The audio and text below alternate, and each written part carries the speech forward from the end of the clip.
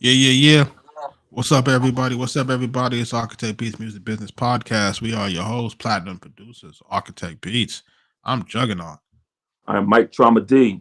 Together, we make the seminal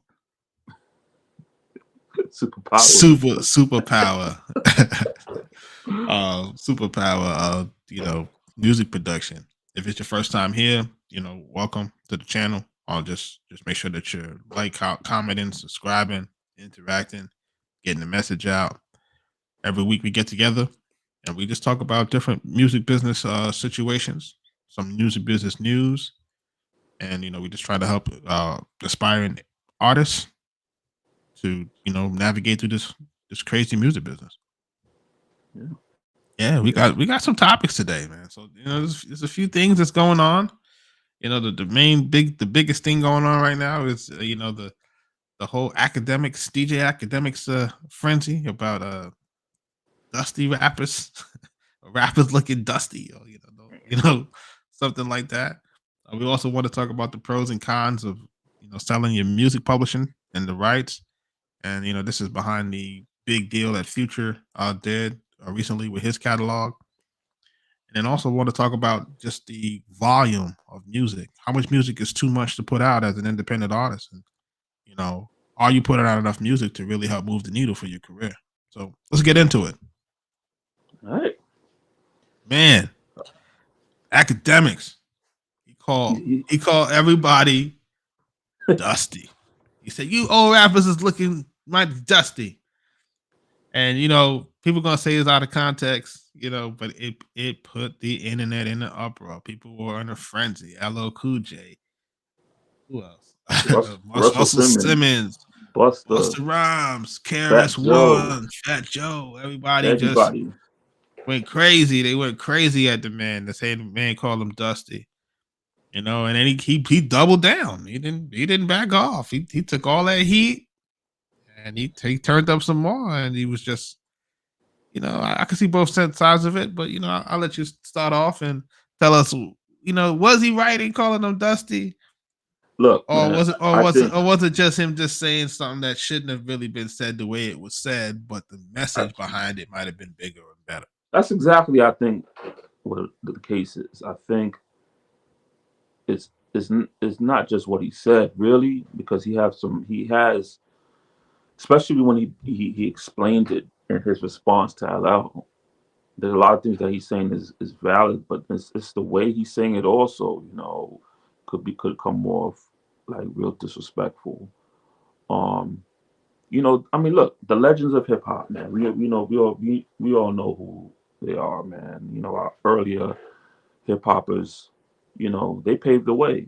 They kicked down doors and they've got into deals that probably weren't the best at that time, you know. But they've definitely paved the way to the point now that we all can benefit off of this music business. And we all could make a living off of the music business. At that time, you know, they said it was just a fad, that it was gonna come and go. Now look at it. It's nearly a $10 billion industry, right? Really? Well, the So music like, industry as a whole, right? right. $10 billion, right? This thing transcends just local. This thing is all over the world, and it brings people together. It has people.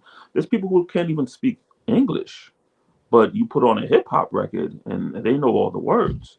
So this thing has transcended. This thing has went around the world, created opportunities, businesses. Think about print media. Think about music blogs. Think about just uh, certain clubs, radio stations. I mean, the list goes on. Like the jobs that became available because of hip hop, and the forefathers of hip hop. It's because of them, because of their so quote unquote sacrifice that has even allowed even academics to have a platform to be able to talk about hip hop or whatever. So you know, um, when you speak about the forefathers of hip hop, you have to show a level of respect. Bottom line. You know, but what I think is happening is that these young artists and young bloggers, whatever you want to call them, a lot of them don't have respect for the elders. Period. You know, Why do you say that? I think it's a bunch of things. It's a variety of different things. I think there are a lot of young kids that grew up in this era without uh, father figures. Period. Especially in our hip hop culture, uh, a lot of us grew up without that. So you know, because you don't have that authority figure in your life, and you don't have that person that you can look up to as a mentor to kind of guide you and steer you, you kind of start growing up with this lack of respect for that type of figure. So I think that's one of the things also. Um, Also number two, a lot of these OGs ain't really stepping up to the plate and giving these young kids game, like for real. They're not pulling them to the side and telling them what it is. You know, my problem with a lot of the earlier rappers is okay, they've been in these situations and they complain about the state of music, the records these youngins are making. So my thing was like, if you feel that strongly about it as an OG, then you should be able to have your own record label by now with all the things you've done. Like I just lost Mike. You still You there? should. You should. Yeah, I'm here. You You cut out a should. little bit. Just go back a little bit. Okay, I was saying that these artists, these OGs, should have record labels or companies that not only just groom and school these artists, but also just teach them the business. They should have record labels on their own and put out the music that they want to put out, as opposed to going at a lot of these artists, going at a lot of these young kids. Further dividing the gap, as they would say. I don't think a lot of the OGs did enough. You know, um, it's like our generation was the generation of the dealers and the shooters, right? But then that turned into a generation of um, drug users. Right. Right. So in a lot of sense, there are things that the OGs did that also hurt the next generation. So I mean, it's up to a debate, but I definitely feel that I understand where Act is coming from, and I understand his frustration in it. I think it came out wrong, by calling him Dusty. But I think what he's really trying to say is, like, you guys are the four founders, you guys are the OGs, you guys are supposed to be in a position that we look up to as young kids. We look up to. Um, you should have certain things as far as ownership on certain things, and a lot of these kids they don't want to listen to someone who don't got it. Like, think about it. Like, if you see someone who look broke trying to school you on getting money, you're gonna be like, come on, how you telling me about getting money but you looking like you struggling yourself? You know what I'm saying? So a lot of these kids looking at that like, come on, like, you supposed to be this and you supposed to be that, but where the money at? Where's your label at? Where's the success for today? Where's all of these things that you're supposed to be able to help put us on? So I understand it, what his frustration and where it's coming from, but I just think, just outright calling him, Dusty, I think that was a bad taste and disrespectful and was uncalled for. It's the hallmark of today's generation, man. It's not about it's about saying things with no filter. Right? Like that's the whole thing right now. Is everybody's trying to move away from the high level of political correctness. But I don't disagree with anything that you just said. I feel like I feel like a lot of the folks that have been in it as long as they've been in it, they they were not able to successfully pivot. And I think in order for you to remain or have some sort of relevancy in the game, you have to be able to successfully pivot. If you look at the LL Cool J's, they successfully pivot. They may not be doing music, but they're doing other things. 50 Cent. I wouldn't call him, like, he's not really a quote unquote pioneer in that situation. But if you got to look at how these guys pivot, Fat Joe pivot, um, and I think like you're saying with academics not seeing the OGs really having anything, and then them trying to school you, it's like it doesn't really match up. And I think we talked about it in another episode where you got to have your costume on, right? If you want to conduct good business and business in hip hop, at least Yeah, people have to see that you actually have it before they actually take you as a serious, because there's no social proof, you know. yeah. It's So it's a trust issue thing. yeah, so they want to see that you got it, and you got it going on, and and then he when he doubled down on it, because LL shot back, and LL said some things that I thought he had some points. He was like, listen, now you can get on and you can go and build a team. You can go get a manager, you can go get a social media marketer, you can go do this, you can go build your team now. And you Right. can go out here and you can go make a successful run and go make some, get some money, because now you can build a team. He was like, when I was doing it, there was none of that existed. There were Right. no managers, there was no internet, there was no brand deals, there weren't any influencer deals. Like, all of that stuff didn't exist, No you know? internet, man. Right. Like, So no internet, right? So we're talking about none of these things existed. And these guys were trying to navigate a business that they didn't even know had a future. Like, how can you plan for 5, 10 years out when you didn't know if it had a future or not? So that's what LL was saying. And I can understand that. He was like, so you can't really hold folks accountable for the emerging technology that some people didn't embrace. Right. right, And that's really what happened for a lot of folks, is that technology changed.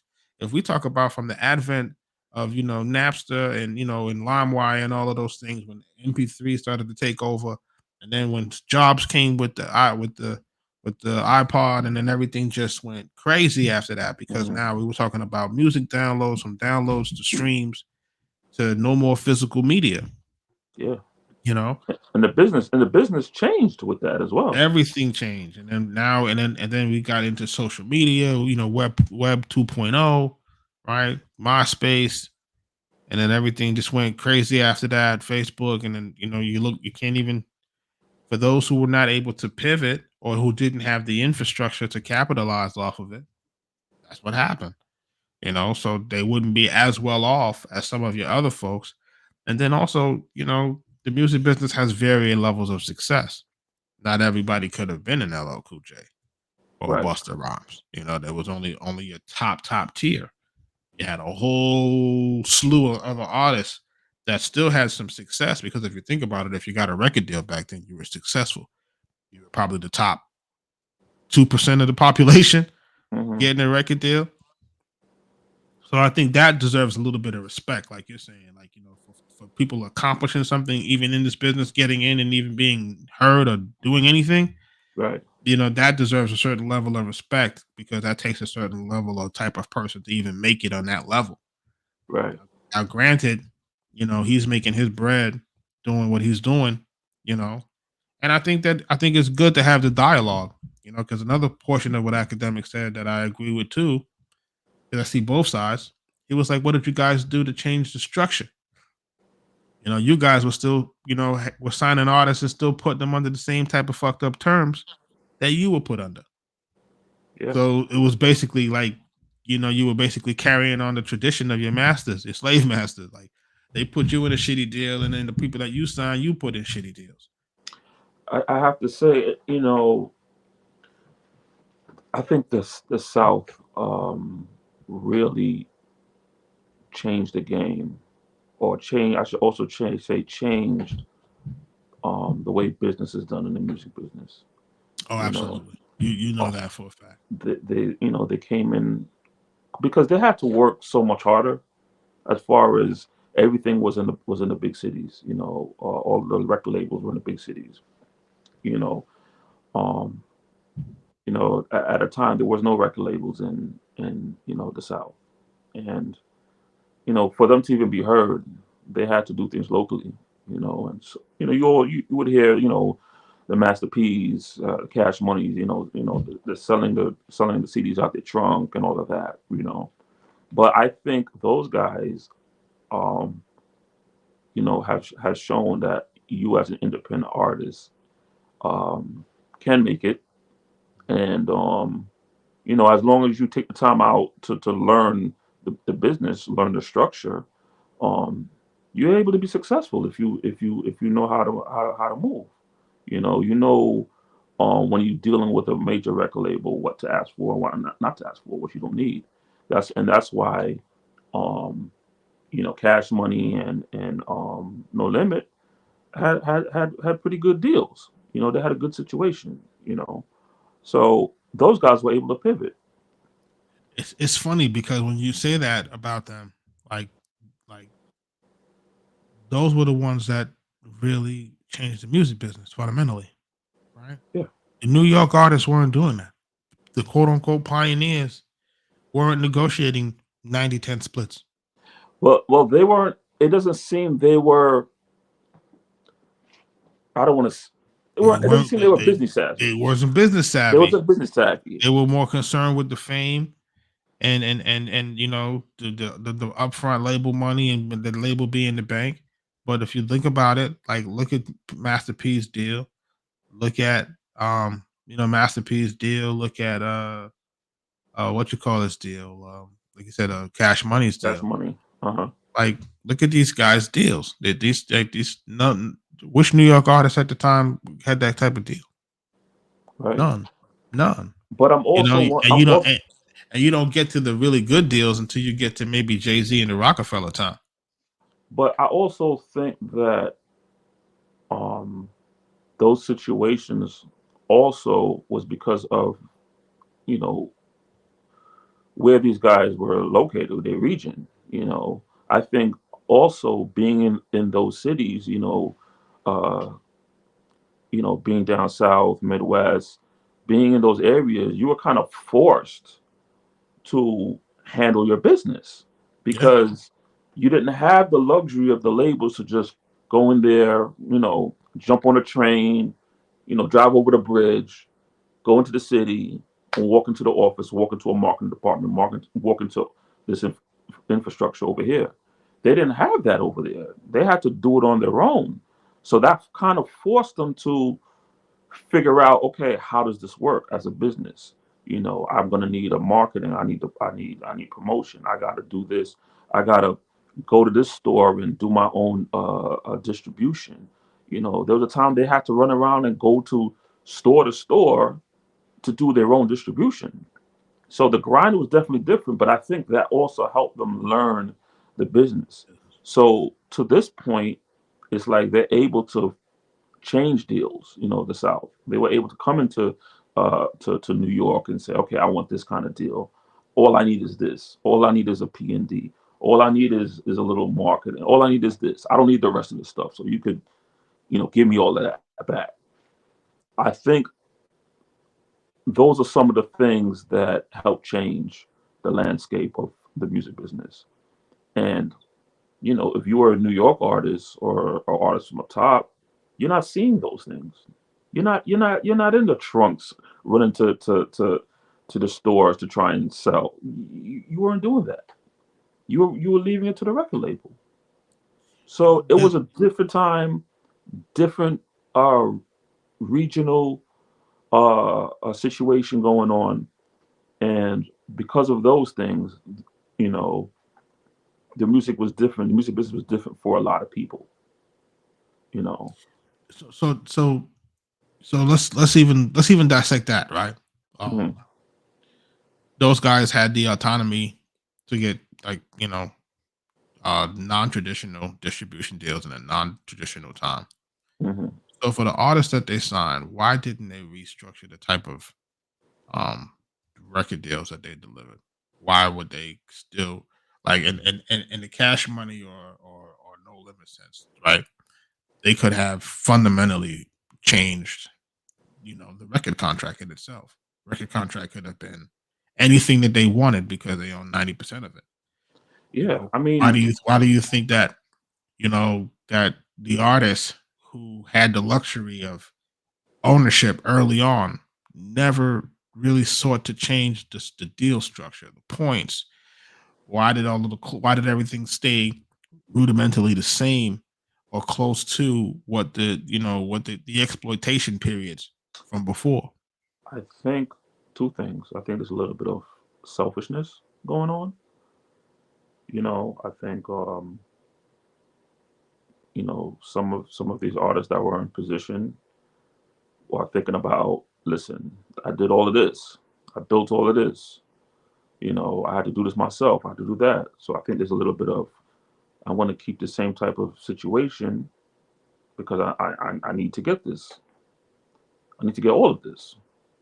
But I also think that um, to them, they were just following, the model. They were just following what the major labels have. You know, it ain't broke, don't fix it. I'm just gonna follow this, so I could be as big as them. You know, they must be doing something right to have these major corporations. So I'm gonna structure my independent label the same way. You know, um, I mean, those are the only reasons that I could think of that you know, besides not wanting to change it and just purposely saying I'm not doing this because for selfish reasons. Um, because running a label, especially at that time, is no cakewalk.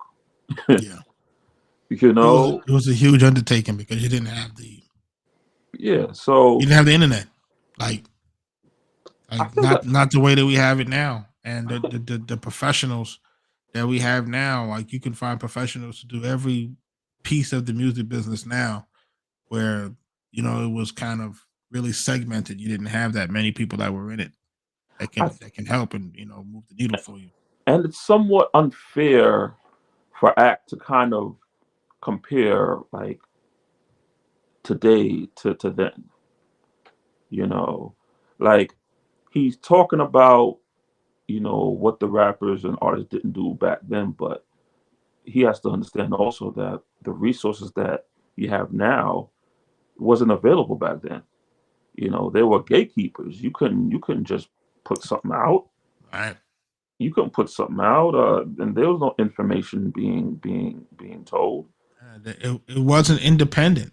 Right, That's really what I think he fails to understand is that there was no independence. That you probably had at the very if you were an independent artist and you were able to press your records up or something like that, like it cost so much money and it was such a huge undertaking. And even if you did have the money, there were only a few companies that did it, right? You're talking about maybe Europa Disc, maybe disc makers, you know what I'm saying? right, And then if you tried to get it in stores, you only had one, which was CD Baby, for right, how long, right? For like the past 20 years. right. And So then you still have to go up against the majors, and you couldn't get those pricing and positioning spots right. from the stores. No, So there was yeah, already so the done. infrastructure wasn't there Right, at all. You know what I mean? So I feel you when you say that, and he's not 100% on, he's not off base. I understand where he's coming from, but it's easier to talk now because look, we can just easily just say, hey, we're gonna jump and do a podcast. right, Before you would have had to have the whole studio, you'd have had to have the cameras. the whole Couldn't setup. do Yeah, everything instantly. You know what I mean? You had to get it edited. You have to do this. You have to do that. You still have to do that in some cases, but the threshold to get in is so much lower. Um, so I don't know. Act. Don't call him Dusty, man. yeah. That ain't like that's That ain't right, man. It's like, and then also you have to realize too, like we talk about too, the mental illness that takes place in the music industry, and I don't think people factor that in. They don't factor in like what's the best way to explain it? Like how you have a music industry high and then you have music industry lows. And yeah. the music industry high is when you just got a big bag and everything is good. And then the music industry low is when you blow that big bag. and then you have to be reduced to normal person again. That was happening for a lot of those guys. A lot of those guys got a lot of celebrity, but didn't get a lot of money. But that's like what I was saying in our lag podcast. Like there needs to be some sort of program that kind of shows you how to deal with all of these things. When we spoke about how to move, Yeah. how to what do you do when you get your first bag? And I think I remember Master P, even in his own team when it was coming up, he was like giving his guys games, talking about buy your home first, this House and first, that, get your which is cars dope. off. Yeah. And I think more of that needs to happen. I think there needs to be more independent artists, um, more independent companies, and I think these OGs do need to school more. Um, I appreciate what's going on with QC. It's a dope situation. Um, I'm unsure of what goes on behind the doors or inside the camp. Um, but if you have companies like that, schooling their artists, I think that's where it needs to be. We need to have more of these companies like Rock Nation. I'm sure that they're doing a lot on the inside. On every side, remember, because they didn't like how the artists were being exploited, and they didn't like how athletes were being exploited. Right, So everything was about teaching, and educating. You know what I mean? So those platforms, like you're talking about, are now becoming more available and prominent because hey, we watched them. We watched a whole generation of folks get robbed or get exploited. And now we call them Dusty. You know what I mean? So like you're not really, I don't think he really realizes that a lot of these folks were ignorant to what was going on, and a lot of them were being really just without being exploited. Like they yeah, didn't understand. They didn't understand the value of what it was. It's like now we can look at things and we can create valuation. Before we didn't know where it was. We didn't know where it was going to go. You know, right, like you didn't know. Like if you even think about some of our older catalog, it didn't have the language for DSPs. right, right, Didn't exist. Didn't have the language for MP3s. It didn't exist. You know what I'm saying? So it's like now those things come in, and because your contract doesn't have that language, you can be technically exploited, right? Same difference. So it's like it's a little bit unfair, like you're saying. It's like technology it has changed. It has evolved. The younger generation gets the benefits of that. They can ramp up and earn money a lot faster than the OGs probably ever could have. And I hmm think there's a little bit of disrespect for that, but remember they're coming into an internet age where you can put a question in and get the answer in right. half a second, But you know. and then I think also, let's not forget, like, okay, you're kind of mad about this, but look where hip hop is now. Look what it has Yeah. has What done it's for doing you. for you. Yeah, so Aki is in a pretty good place, and hip hop has afforded that to him. Right. So it has allowed him to be on these platforms for him to do his thing. So regardless of the gatekeepers who at the beginning were probably you know not letting him get in, because I know there's a lot of people who's bitter when they've been trying to get on and they can't get on because of these gatekeepers. Word. And to be honest, that's the job of the gatekeepers, is to kind of keep this thing tight and keep it pure. But unfortunately, the gatekeepers have been compromised. Long time, man. The gatekeepers been compromised and corrupted. You know what you I mean? know, And they were, yeah, the way they was operating, it couldn't do anything but make the business self implode. To be honest, it was operating in a fashion that just was straight like damn near corruption.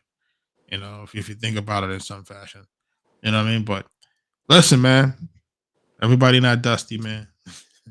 and Everybody not dusty, bro. Just everybody's version of success and definition of success is different.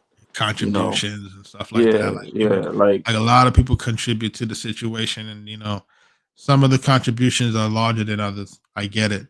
Some of the contributions don't impact you, you know, but it all kind of creates, like we said, a domino effect or an ecosystem where people are able to eat off of the culture of quote unquote hip hop. You know what yeah. I mean? So Respect your OGs, man. yeah, I'm gonna go into that. We're gonna just pivot real quick because we're gonna go into the pros and cons of selling your music catalog. this week there's some news that came out with Future selling his music catalog. They said it was almost over 600 songs, Wow. right? Catalog of 600 entries, and which I think they said it was what a damn near 10 figures. Well, the question Couldn't is, be 10. It couldn't be 10 figures. It'd be 8 figures. but the question is, like, Jug, you know, Eight figure deal. So eight I'm figures. sorry, 8 figure deal. 10 figures a little bit too high. But it's a 8 figure deal. They didn't disclose the amount, but I hear that's like in the over 50 million. But we're Right, starting to see that's it. the speculation.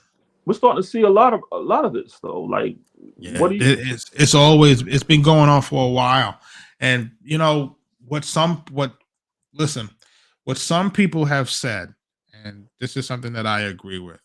They said you can predict the revenue of a hit song, right? Mhm. Meaning, let's say for example, we're talking about Mariah Carey during the Christmas time, right? Right, We know that every year for the rest of our lives, that All You Want for Christmas song is yep, going to do a baseline number.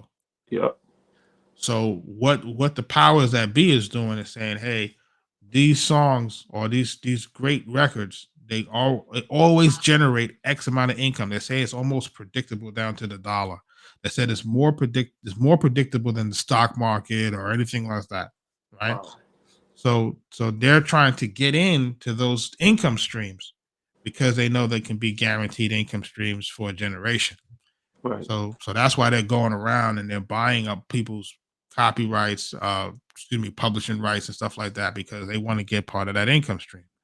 Now the pros to it is that hey, the artist doesn't have to wait for the money to come in perpetuity. The right. artist can basically say, hey, I feel like this catalog is going to generate maybe a 50 million in the next 10 years, and I think they typically do it in 10-year evaluations. Hmm.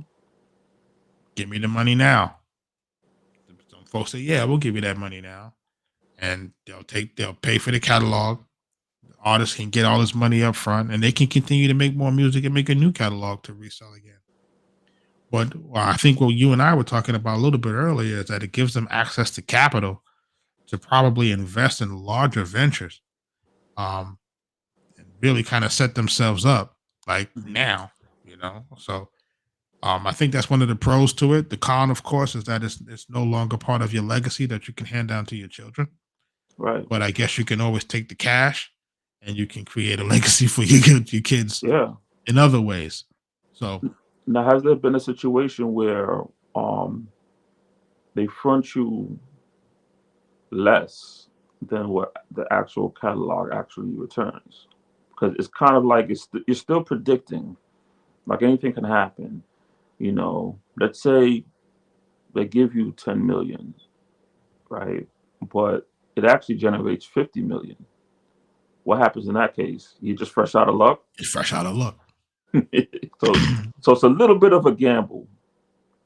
I wouldn't say it's a gamble. It's like telling somebody that they're going to buy a building and it has 20 units. It's like it's a gamble, but it's really not a gamble. You know what I'm saying? Like depending on because if you're in the position to buy the building, you've done all your research. You know where it's going to be. Hmm. You know what the vacancy is. You know what the income is. You know how many tenants. You're checking the appreciation rates. Uh-huh. So, excuse me. So when you look at that, especially in music, there are predictors, right? Okay. And if you think about most artists who are selling their catalogs are over 10 years old, right? Hmm. Future got a 2004 catalog, it's until now, right? Timberland, long catalog. RZA, long catalog. Um, so these guys have the catalogs because, and you know how we know because we're in the business that once a record comes out, the first sets of royalties are the highest, right? Right. Because based off of the highest, the record went platinum, and then of course everything starts to settle down. Hmm. And when it settles down, that's the number that they're basing it off of. Right. The settle down number, Right. the recurring spins, you know the elevator music, and then also don't forget that these companies are also connected to exploitation devices, meaning they may have connections to TV, movie sync, and are able to now maximize those catalogs Right. that way in ways that the artists may not be maximizing it. Wow. So when you think about it in that fashion, yeah, you can take a catalog that you paid 10 million for and make 15. That's not. I don't think that's impossible to do So you're saying they could do, they based could on what's out there. so they can control the output pretty much once they get it, because they have maybe the studio houses, they have the movie companies, the video games, they have all of these outlets that they could just, you know what, let's just, we bought the catalog, let's just ring it through. And a lot The next three movies we produce, we'll put that record in. You know. and a lot of these guys are making they're buying the content because they know about emerging technology that we may not be privy to. Yeah. You understand what I'm saying? So let's say, for example, I bought a whole bunch of, I got a first take on, let's say, what's the old model is Spotify, the new model is Audius, right? Audius would be considered the 3.0 version of Spotify, where the people get paid to stream, right? So that's the Wow. new blockchain, whatever. If you know that emerging technology is coming, right? What do you do if you're smart? If you're smart, now you position yourself to own the a portion of the things that are going to be exploited on those platforms, Hmm. right? The people who, how can the labels lose if they're partnered with Spotify and Apple Music? How do they lose? They can't lose anymore. Yeah, because technically you could control Yeah, you can how much you control. get paid. Yeah, you can control it. You can make your playlist. You can add artists in playlists. You can do a lot of different things to ensure that your money's going to come back. You know what I'm saying? Like, you got to really think about it, man. Like, we're in a situation where if you click on anything, you know, it the internet registers that interaction, and you're going to keep getting fed that same thing. So if you click on an artist, that artist will be in your feed for the next month until you finally consume it. It's like, it's not a matter of if, it's when. You know what I'm saying? It's like, you can keep dodging the ad, but eventually, for most people, they crack and say, you know what? Let me see what this is all about. Like, you know what I mean? Like, it's just like it's almost a guaranteed consumption if you think about it, like in Mhm. that fashion. The people who are savvy about it, it's going to be a Right. guaranteed consumption. So at the end of the day, it's to me, it's smart business. The pros is, hey, you buy something, it has value. It most likely going to appreciate in value, right? The Hmm. game is to buy something low and sell it high, or the game is to buy something low and then get your money back over a period of time. These guys are not looking for, like, how we might be looking for, like, a crypto lick or something like that. Like, it got to go 1,000x or some shit. They're not looking like that. Most folks look at 10%, 20% as a win. So for those who may, luck up in a situation where, you know they're being, you know asked if they want to sell their publishing, what would you say? I would say, you know, consider it. You know, consider it, especially if you have other business interests. If you have some other opportunities that need an influx of cash, and you got the catalog, and the catalog is worth something, and you can go move the catalog to put yourself in a position to get a large, buy into a real lucrative business opportunity, by all means, hell yeah. What There's about no point in waiting for that, because you can get the money now to change your life now versus wait 10 years. now? Does the same thing apply to uh records that, that haven't come out yet, where you're not sure what it could do, like those type of publishing deal situations? That's get a little bit more tricky. You know what I'm saying? Like, those publishing situations, like if you talk about selling your already existing catalog, that's one thing. When you sign into a publishing deal, and now you're giving up your future songs, that get real tricky. You know what I'm saying? Or Right. you giving up portions of songs. that could do nothing, or but or or, or, or or it could be like lightning striking in a bottle. You know what I mean? But just statistically, it's more of a chance of it doing nothing. Like hmm, if we're being honest, like how many number ones can you count? It's not everybody that get a number one. right. You know what I'm Even some saying? of the best haven't gotten number Yeah, ones. some of the best don't get number ones. So it's a crapshoot. You know what I'm saying? But you bet on your talent. When you look how much music that man had. 600 songs. It's a lot. It's a lot of music, man. 600, 600 songs. You gotta commend the artist that continues to put out music. Yeah. Continues to put out music regardless. I think those are the artists that have done well for themselves.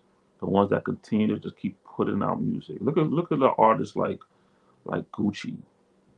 The, Sheesh.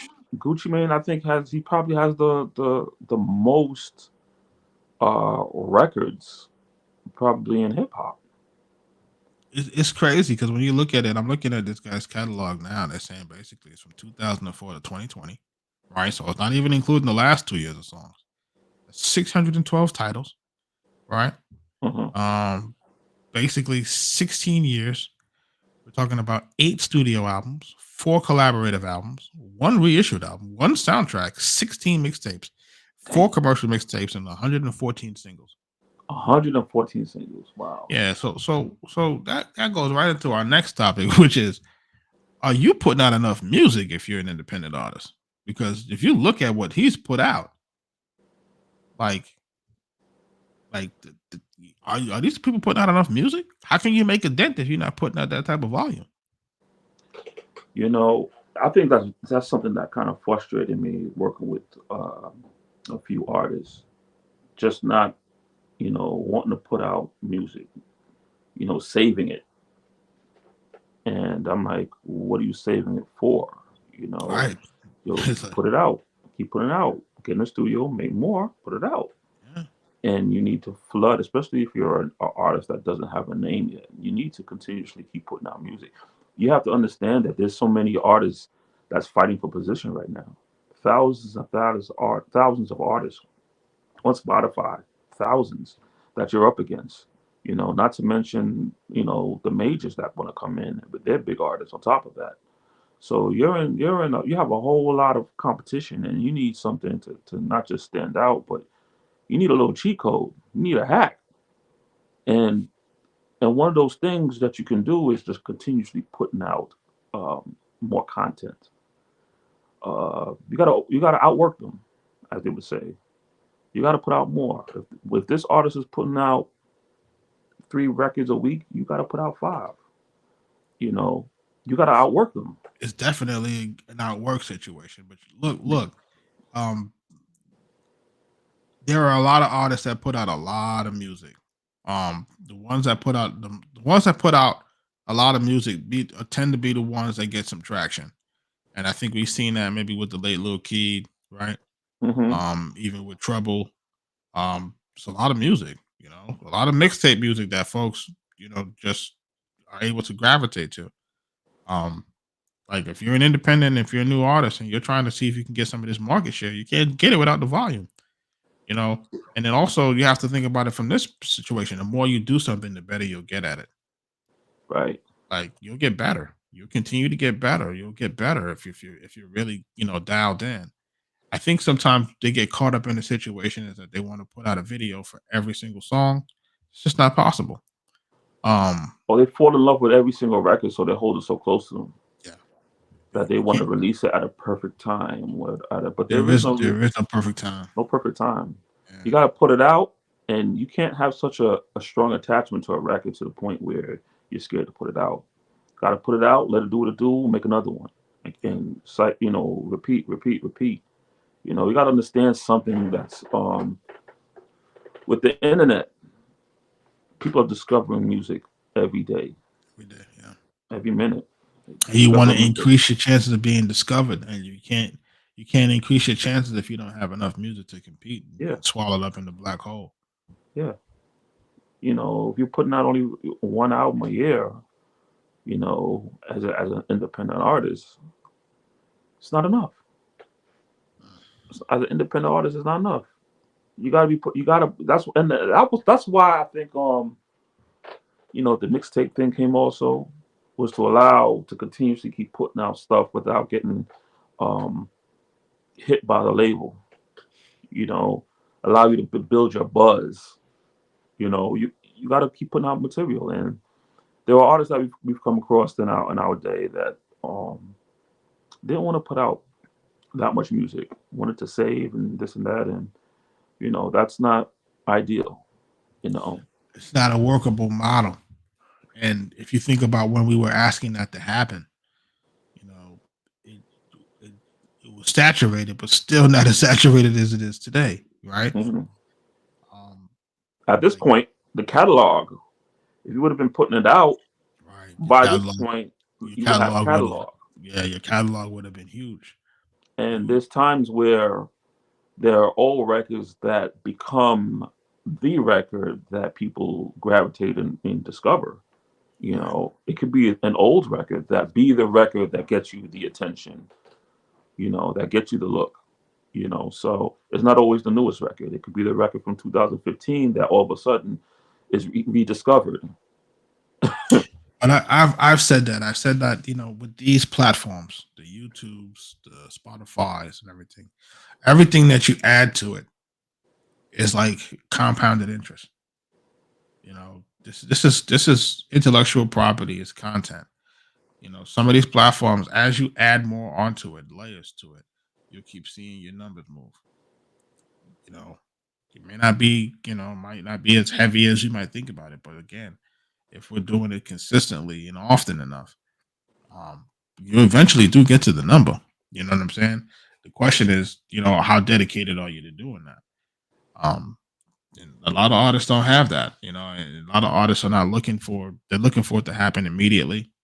Um, sometimes in your career, you get lucky with some immediate success. You do something and it happens overnight, but that's not the norm. It's Right. just not. It's not the norm. The norm is, people work for years before you even get an idea of who they are. And I think too much of that is taken for granted by not putting in the work and being consistent and saying, hey, the You shit might know, take you 5 years. but what's funny and what's weird in the case is that there are artists that are beating other artists based on quantity and not even quality. That's been the case for years now.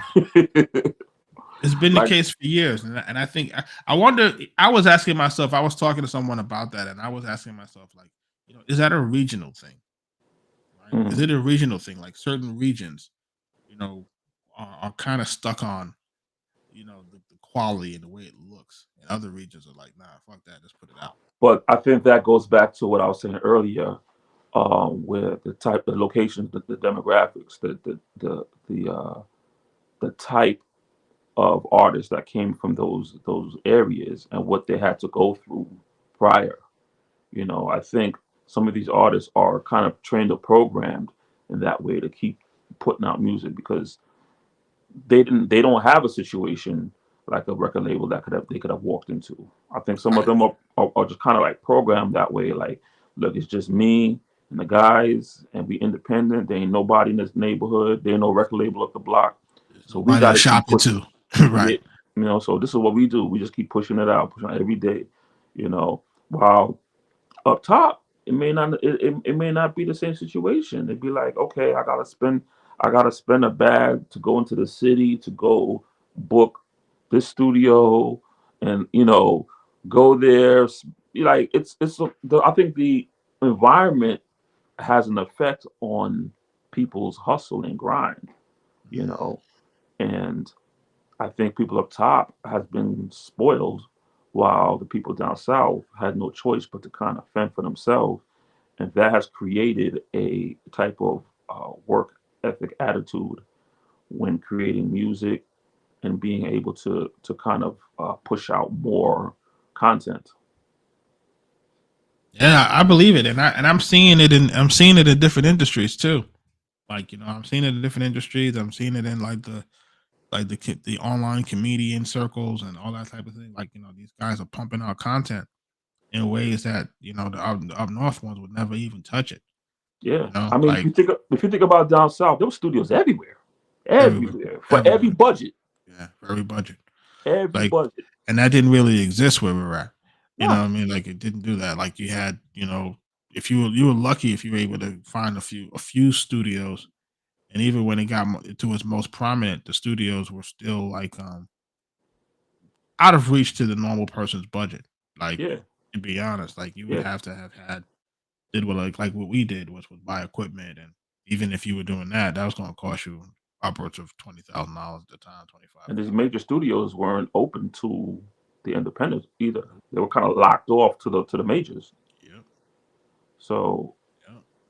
I think that contributed to the grind and hustle, the mentality of the southern Midwest, those regions, so that they're able to do a lot of these things themselves, which you know eventually turn into a situation where when it's time for them to do business, they already know what to do. They already have an idea. They've been doing it a certain way a long time. So when they're approached by a major from up north or whatever, they're in a better position to demand certain things, you know. Right. So I think all of that contributes creatively, business wise. I think those things contributed. Yeah, I would say again to the artists out there, you gotta let your music go. Not let it go, but like make sure you're getting it out and like, making sure people can hear it so it can be consumed. You got to give yourself the best opportunity to really be discovered, and you can't hold back any music. You know, I would encourage folks not to hold back any music. I would encourage folks to put out as much music as possible on a consistent schedule and scale, and put the music out. Um, Look at the data, make some tweaks, put some more music out, look at the data, see who's messing with it, make some tweaks, see what songs resonate, do more of those. Um, you know, that's the only way for you to know to make sure that it gets your craft better. You got to use the releases and use the data to improve. right. Like, and that's the thing that you guys have that a lot of people didn't have back in the day. You couldn't see who consumed it and where, right? You didn't have email lists. You didn't have all these things that you could do to kind of make sure that you can grow your audience. So, And, we're and encouraging you to put the music out. and putting out a lot of catalog allows you to you know to I guess make more. To be Yeah, frank, you earn more money. earn more Essentially, money. yeah, you earn more money. You The more know, you put out, you earn more money. right? Eventually over time. So put them out. And if you're that nice or that nice as you say you are, you make another one. Yeah, and another one. Yeah, No DJ Khaled, but another yeah. one. Just if you're nice like that. I think also too that people don't realize also, Mike, is that there's a period where you can produce and you can write things effortlessly, but that changes. And I think people think that they can always just go back and I can always just hit, you know, it's not true. Well, while you're in that zone, you got to crank it out. Gotta, right. So while you're able and Yeah. why it's working and it's clicking, you need to do that. But I think that the mindset is that I could do that in my sleep. Yeah, but there's a time period where what you do works, and then there's a time period where what you do doesn't work anymore. Remember when Pac died, music was still coming out, Yeah, and it was just like people were just like, dude, gotta still be alive. Look at these records just keep coming out, keep coming out. and it was just crazy. Like project, and it was dope. Project after project just coming out, and Yeah. that just goes to show the work ethic. Like And you gotta. look at what big after that second album, he had nothing. That's it. That That's was it. it. That was it. So so like his legacy could have had so much more albums. You know what I mean, Pun could have had so much more albums. You know what I'm saying? Like, if you didn't record or didn't make the type of songs to do that, like Hmm. you are going to have that type of longevity and posthumously. You know what I mean? Yeah. But yeah, folks, man, that's that Architect Beats Music Business podcast, people, man. just trying to tell y'all like, what's up, man? Yeah, man. Respect your OGs, man. Listen, respect your OGs. Stop calling them Dusty, man. Like, you know what I mean? And I get him too. I listen, bro. I see him. I get him. He's passionate about a lot of the things that he's saying, man. And he's calling out a lot of the industry bullshit. And you know, you and I really always talked about music industry bullshit. And you be calling it out, you know. But you know, some folks you gotta say it different. Right. You know, this generation ain't gonna say nothing different. They're gonna say what they want to say, how they want to say it, because they feel like they're gonna be controlled. So they don't want to say what they True. want to say what they want to say. You know, hey, if you got a catalog out there that's worth something, you know, you can consider selling it. If you have some other business ventures that you want to get into and you need an influx of capital, Yeah, that it's might be always what you need. that might be what you need. Yeah. Especially if you're not in the business of exploiting music. Right. If you don't know how to properly exploit it, and you could be missing opportunities, and you know how to say Yeah. you got a real estate lick and you got some music Yeah. catalog, you might want Yeah. to, you know, or you can be an angel investor in the next network of something coming out, technology, you know. So it might make sense to sell the catalog, you know, or it depends, you know. If you don't have a crystal ball, it's hard to tell. And then also, get that music out. Like get it out. Like if you can get that music out, it'll help to, you know, increase your chances of you know, living the life that you want to live. Yeah. We can't if we can't, if you want a fan, they got to hear the music. Gotta hear music. You know what I'm saying? Like you gotta at least get on the shelf. That's what I always said. Like your music is no good on your hard drive. Like you Right. gotta at least get it on. You gotta get your product on the shelf in front of people. At least that's the only way you got a chance. You know. But that's what we got for the day. Make sure you following us at architectbeats.com. Hmm.